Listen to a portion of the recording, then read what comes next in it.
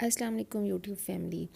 जहाँ अदाकारों के पास पैसा होता है, हुस्न होता है, शोहरत होती है, वहाँ बहुत सी और चीज़ें भी होती हैं जो कि उनको उनकी ज़िंदगी जो है वापस नहीं कर सकती हैं। ऐसी ही एक आप लोगों के साथ ख़बर शेयर करूँगी, बहुत ही अफसोसनाक कि जो अदाकाराएँ अपनी ज़िंदगी के अरूज पर थीं और उन्हें अपनी ज़िंदगी का जो अरूज है वो नसीब ना हुआ और वो इस दुनिया से इस तरह चली गईं कि जिस तरह जाने का हक़ नहीं था। फ़हमीना चौधरी, जिन्हें आप लोग जानते हैं कि वो एक बहुत ही मशहूर मॉडल थीं, जिन्होंने इंडिया में भी सिंगापुर में बहुत ज़्यादा काम किया अपनी मॉडलिंग के हवाले से, और वो पाकिस्तान में भी एक प्रोजेक्ट को शुरू करने वाली थीं, जिसके लिए उन्होंने बहुत सी स्टेट एजेंसी से रब्ता किया, मतलब कि लोकेशन के लिए, जगह देखने के लिए कि कहाँ पे काम शुरू किया जाए। उसके बाद उन्होंने इस्लामाबाद को जो है वो सिलेक्ट किया कि इस्लामाबाद बेहतर है, वहाँ पे काम किया जाए।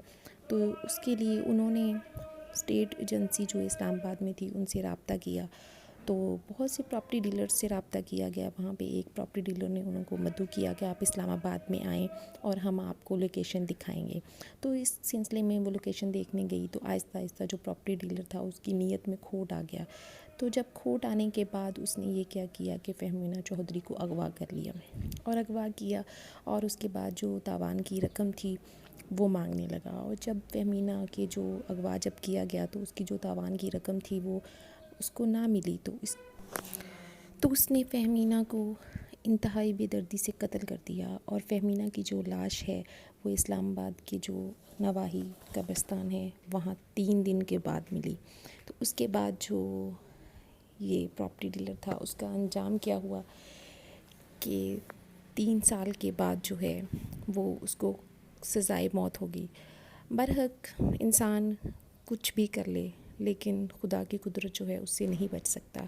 तो आगे देखिए, जो नई एक्ट्रेस थीं बहुत अरूज पर थीं, इन्होंने काम किया, शोबिज़ में आने के बाद माला माल हुई, एक बहुत ही गरीब घराने से ताल्लुक़ रखती थीं जो इनका नाम है अलीना। इन्होंने बहुत ज़्यादा सुपरस्टार जो हैं आजकल हमें नज़र आ रहे हैं इनके साथ काम किया, उरूज की बुलंदियों को छूने लगीं।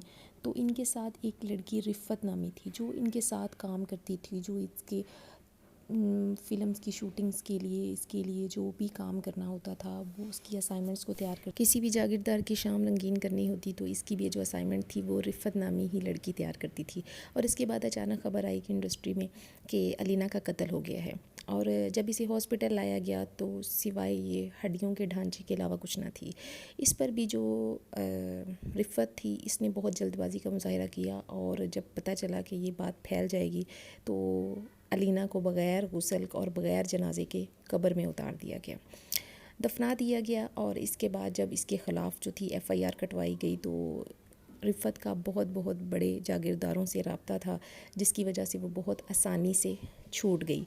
और आज भी जो रिफ़त है वो इसी अलीना के बनाए हुए घर में ऐश करती फिर रही है और उसी के रुपए पैसे पे पल रही है। आप लोग सोच सकते हैं कि एक दोस्त के साथ इस तरह का काम कर सकती है, तो आप लोगों का क्या ख्याल है? अपनी कीमती राय का ज़रूर इज़हार कीजिएगा कि ऐसी दोस्तों के साथ क्या अंजाम होना चाहिए। तो मिलते हैं इसी तरह की और एक इन्फॉर्मेटिव वीडियो के साथ।